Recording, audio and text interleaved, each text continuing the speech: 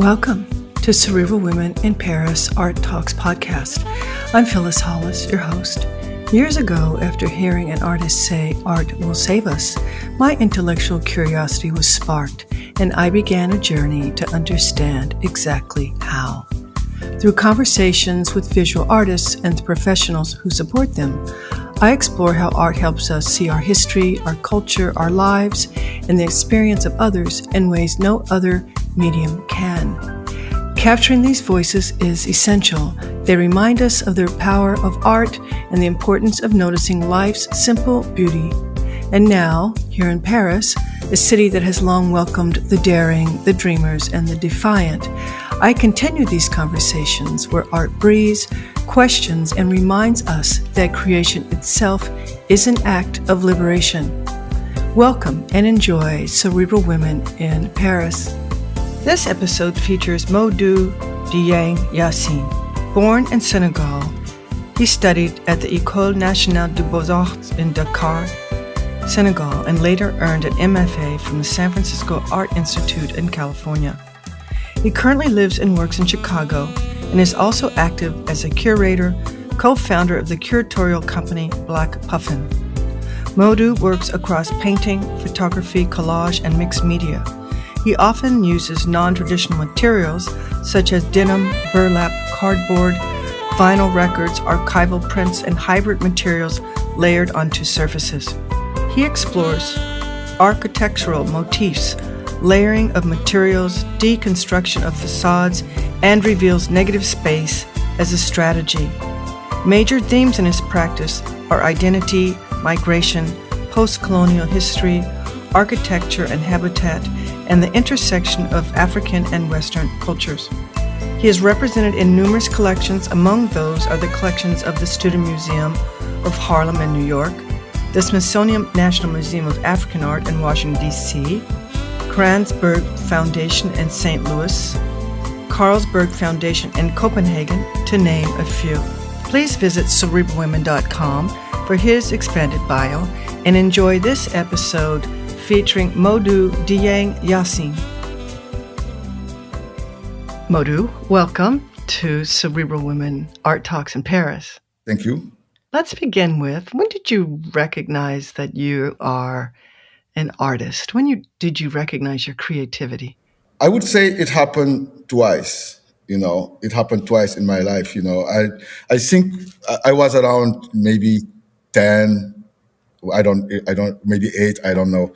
I went to Catholic school, so when, on Wednesday during the catechism, when the Christian kids go to chapel, we were left, us meaning like the non-Christian, we were left in the playroom, which was, a drawing room basically. And then I would just sit there and play for an hour, whatever time they gave us, And then I would make nice things that, my mom would be happy with, stuff like that, Later on, around when I was 18, maybe 19, I was dealing with a lot of, psychological, being a black kid in a city in Africa, and realizing that you're black, So I was really mad. I was not happy with what was going on. And then I started using my hands again. Most of the students, what they do with their hand is just write, So I started using my hands again when I was maybe 18, 19. And I really loved it.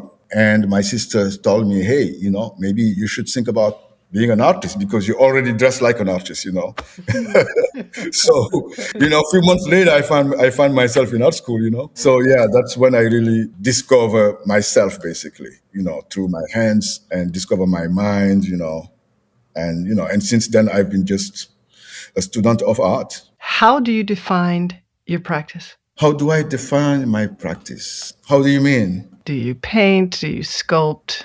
What materials do you use? How are you motivated? What's your narrative? Well, I guess, what dictates my practice is the idea behind it, the concept behind it, And then what happens is that I always try to find my way into some material to express that. I would say I'm a mixed media artist. I like to play with domestic stuff. I like to see little things come out from nothing and being excited about what it's going to be. I make paintings mainly and I take photographs. I use photographs in my work. I like to find domestic objects that I can play with.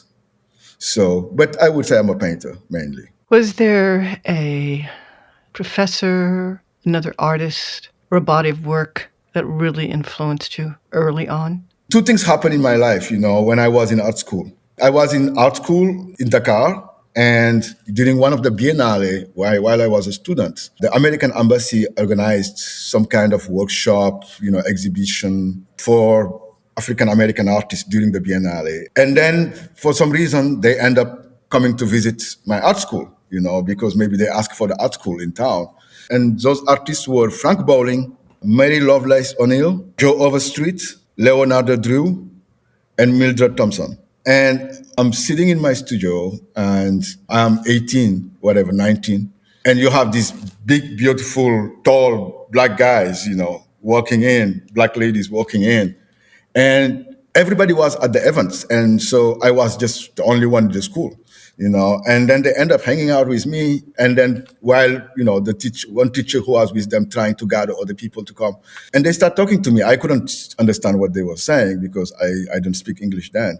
And then when they left, they left me with a catalog, and it was a Basquiat book, Jean-Michel Basquiat. And for me, it just like blew my mind. I was like, okay, I'm on the next plane. I have to go to America. I have to see this in person.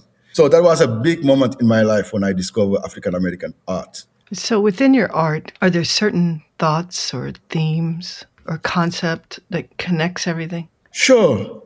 When I paint, I'm like in a posture of an elder, let's say an elder in Africa, or a shaman, in a sense that I feel like I'm absorbing the negativity of the world, and that my duty and job is to turn it into something beautiful and positive.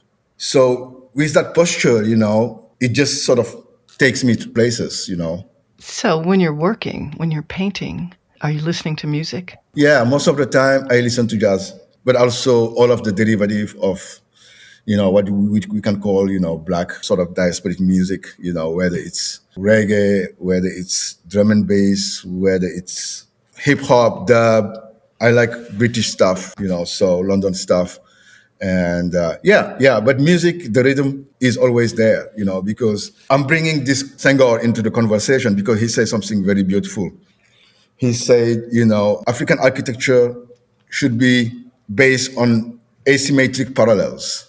What he meant by that is that when you build, you have the space and you have the geometry. And what he was adding in that, he was saying, you also need the rhythm. You have the space, you have the geometry, and you need the rhythm. So for me, the reason why I listen to music is to sort of bring in this flat surface, the rhythm. When do you know work is finished? It's never finished. You just stop. You just stop because you like it, And when do you decide on the title for a work? It comes last. I work with systems and series. So it can be one picture that makes 10 paintings, like the way, Warhol play with the Jackies, the Elvis, all of that, So you have that sort of pop element to it, but also it's not a sentence, it's a chapter, It's not a paragraph, it's a chapter, So there is always maybe one title that covers the chapter, and then under titles that sort of coming off of that, So it's usually done when it's all done. But I don't really pay too much attention to titles. It's not that I don't like them, but I don't find them important. For me, the experience is just the image and the viewer. It's you looking at something and getting closer and closer, or stepping away. And for me, that's what that experience matters. The dictation of it is just what we do to make it simple. But it could be any title, I think. So while you're creating, do you think about who your audience is? It's interesting. Yes, I do think about the audience, but I don't see them. I just can't say this is my audience. I just can't say, they look like this or they look like that. When I do a show, of course, and I'm at the opening and I see the people who come to see my work, then I'm like, okay, these are the people I am talking to. But at the same time, I don't know. It's a lonely practice, I'm not sure. Maybe they came for the gallery. So who is the audience? Who are the people buying all of this stuff? Who are we talking to? I don't know. Do you feel Black art can be defined?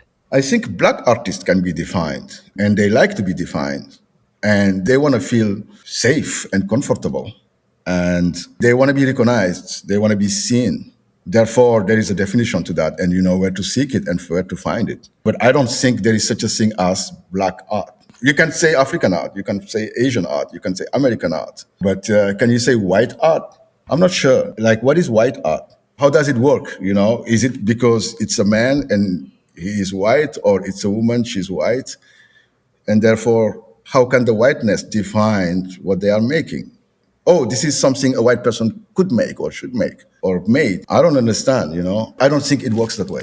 I don't. How do you keep learning? I referenced earlier, you know, how I discovered art and how I fell in love and being an eternal student of art, you know. I would say that these 25 years of my career, since I graduated from school in Senegal, I would say 2/3 of it were spent in art school, either being a teacher or a visiting artist or a student. I think art is actually something that is always telling you that you should know more, you should do more, because it's exciting, it's beautiful, and just every painting you paint and you discover the image you just painted is always a moment of joy and satisfaction. But also, you know, like one of my old teacher would say, art making is first stepping away from it, meaning like for you to be able to create, you have to actually step away from art, meaning what you reference as art, what you see as art, because you don't want to be reproducing that. You want to create something different. That is your voice, that is your image, that is your hand, your aesthetic, your style, your brand. And to do that, you have to always put yourself in a place of being the learner. You don't know what's going to happen next after an hour of doing a painting, you know? Yeah, so it's an eternal cycle of learning. What do you enjoy most about your practice? This sense of absorbing pain and turning it into joy, knowing that the world is fucked, you know, things are fucked up. And even if everything were, even if there was no war, we're still talking about who we are, how different we are, what culture is better, what culture is worse, how does this look, should we do it this way? So I feel like art making always comes from a negative place. And then it's the job of the artist to turn it into something joyful, positive, and beautiful. And that process and that context, you know, makes me feel good, makes me feel really good. It makes me feel like I'm contributing to something positive, to making the world a better place. Imagine the world with no artists. What are we going to enjoy ourselves with? So I really appreciate that part. So if you weren't an artist, what other career path do you think you would have chosen? Two. One is being an architect, and the other one an archaeologist. You know, archaeology, I'm very fascinated by digging a ground and finding history. And also, I'm very fascinated by habitat. You know, how do we find our comfort through habitat? And all of this amazing way of how humans have discovered a way of living, you know. So I would have been an architect or an archaeologist, or both. Maybe the artist is both. Who knows?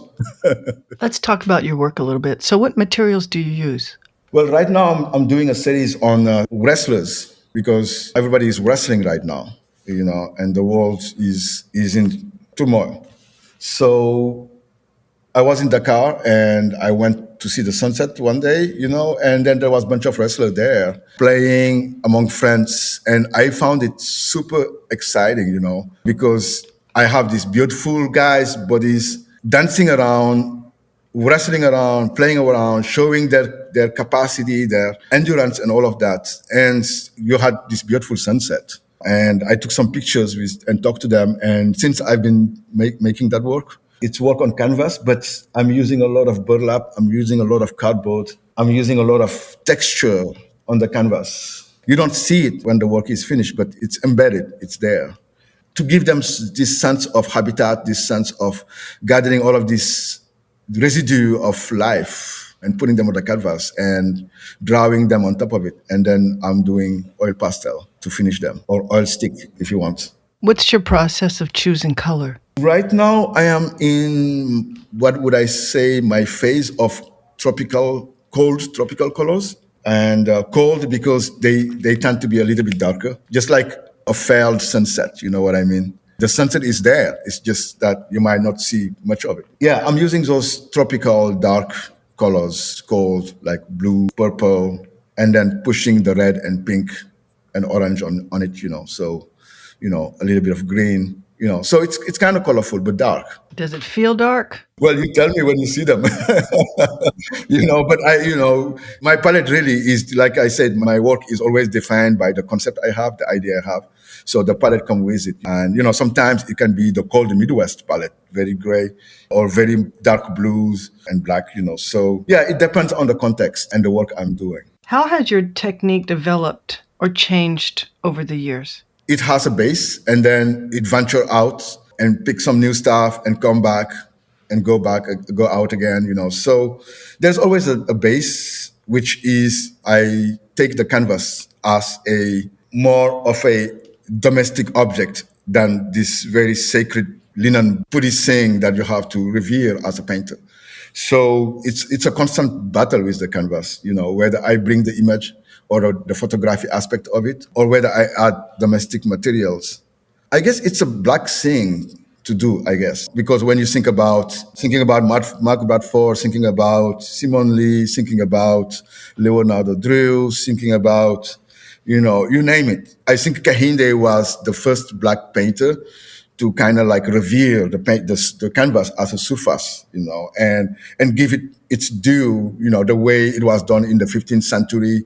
But, most of the black artists, I would say, they build up their canvas first before painting on it, So it's interesting to see that sort of reaction to the material and interaction with the material. And I guess it changed, but also it just always comes to a center. The second, I think you decide that this is your way of producing after art school, you know what I mean? Because also art school dictates you how to approach the material and how to define your space within the context of art making. And then you explore. Exactly. Like right now, I just finished a series of work that were tiles. See, this is my second time making work with clay. And I just also did some print in Portland, Oregon, that has to deal with sport and Africa and the World Cup coming and all of that. It's diverse. There's a diversity of choices. What are you excited about right now? I'm very excited about the World Cup. It's going to be the first time, Canada and the US and Mexico are going to organize it. And, you're going to have many, many African countries participating. We're going to stare at this screen with joy, and we're going to see a beautiful, beautiful work by beautiful athletes, Yeah, but I'm not very excited about the art world right now, I think it has become something that I feel foreign to. Being an artist is a tough time right now. It's very expensive to make art, and it's really, really hard to be always competitive and chase the money, because it's not just about the money. You have so many other things that are in play, So what do you feel is the purpose of art? To heal us, to give us joy, to give us beauty, to give us space to contemplate, to give us space to breathe, to make us love ourselves together and again, So I think it's a beautiful thing. And being an artist is a gift. And, we tend to forget that. We tend to make it a object, a commodity, a value, something that we have to fight for without knowing why. And something that we don't even see. We spend maybe 30 seconds in front of it, when we have a chance. Because there are so many of them. It's saturated. It's everywhere. It's like overvalued and all of that. But in truth, the most basic thing is that if you have a beautiful painting, you're going to very much enjoy it. And whether it's in a museum or a gallery or at somebody's house. So that's what it is. I've enjoyed our conversation very much. And this is our last question. How do you want your work to impact the way people think? Make them a little bit humble again, or help them question who the artist is, what the artist intended, what context in which this was made, understanding all of the piece in play and making their own judgment. Art will save us. Thank you so much for your time. Appreciate it. Thank you. Thank you for listening to Cerebral Women Art Talks podcast. For additional content, please visit cerebralwomen.com and be sure to follow Cerebral Women on Instagram.